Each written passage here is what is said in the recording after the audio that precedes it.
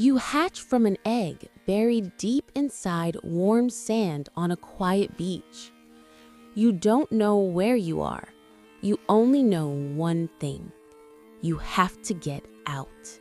Your tiny body pushes upward, flippers scraping sand, digging through darkness with dozens of siblings doing the same. You finally break through the surface, and the world is blinding. The ocean calls to you, a shimmering line in the distance, but between you and the water lies danger. A ghost crab rushes toward your siblings, claws snapping. One of them disappears under the sand without making a sound. A hungry gull circles above, then dives, grabbing another hatchling and lifting it screaming into the sky. You flatten yourself and scramble forward as fast as your tiny flippers can push you. The sand is burning hot. The shadows race behind you.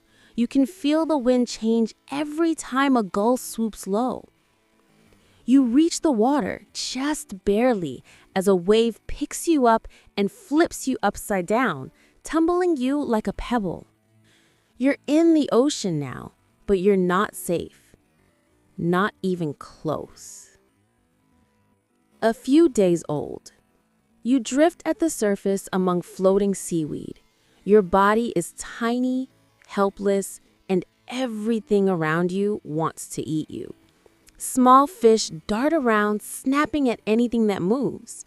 A juvenile mahi-mahi darts out of nowhere and swallows two of your siblings in one bite. You shrink into the weeds, hiding as well as you can.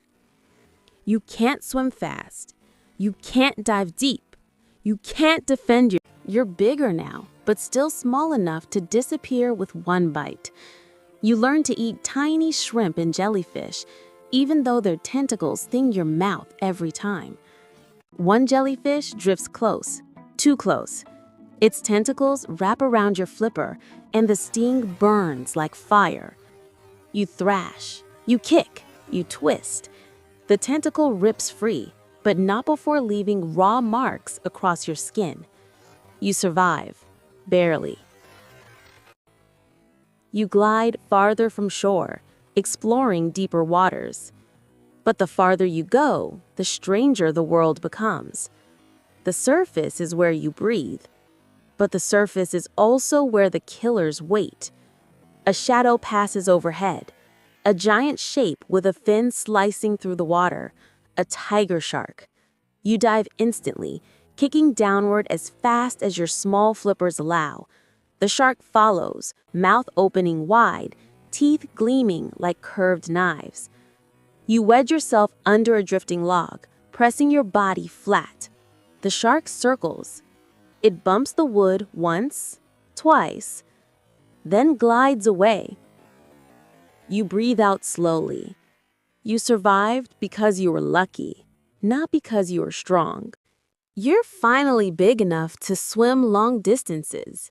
You follow warm currents, feeding on jellyfish drifting in lazy clusters. Then you see something floating, clear, shiny, moving slightly with the waves. It looks exactly like a jellyfish. You bite it, but it's not food. It's plastic, thin, flexible, deadly. The moment it enters your throat, it sticks. You cough, swallow, twist your neck, but it doesn't come out. You thrash until the plastic finally slips further down. You survive, but the pain stays for days.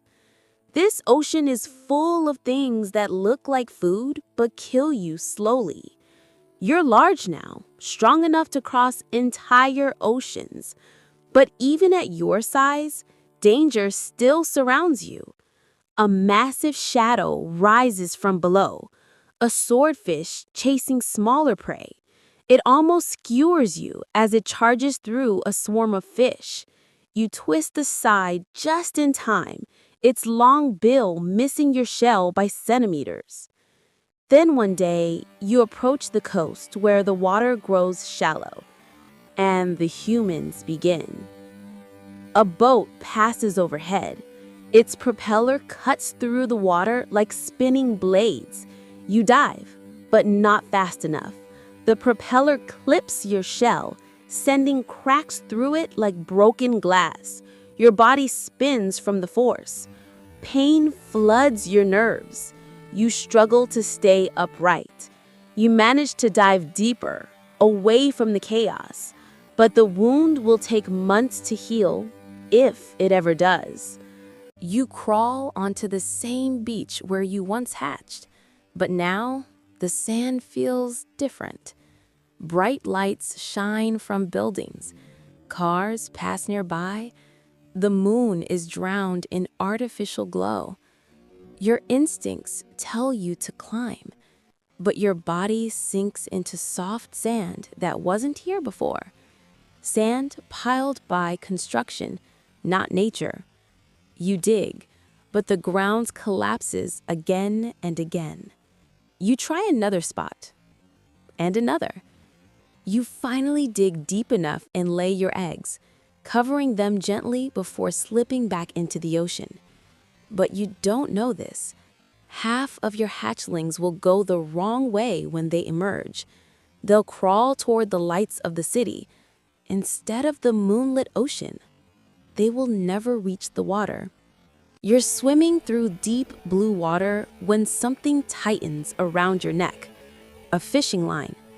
You pull, it tightens. You twist, it digs deeper. The hook pierces your throat as you try to escape. You kick harder, but the line drags you upward toward a boot you cannot see. You don't want to die like this. You fight with everything you have. And finally, the line snaps. You escape, but the hook remains in your throat. Every breath hurts. Every swallow burns. You keep moving anyway, because that's what sea turtles do. Survive, even when survival feels impossible. You glide through the open ocean, older, wiser, scarred. Your shell is marked by bites, scratches, and healed cracks. Your body has survived predators, storms, injuries, hunger, and human destruction.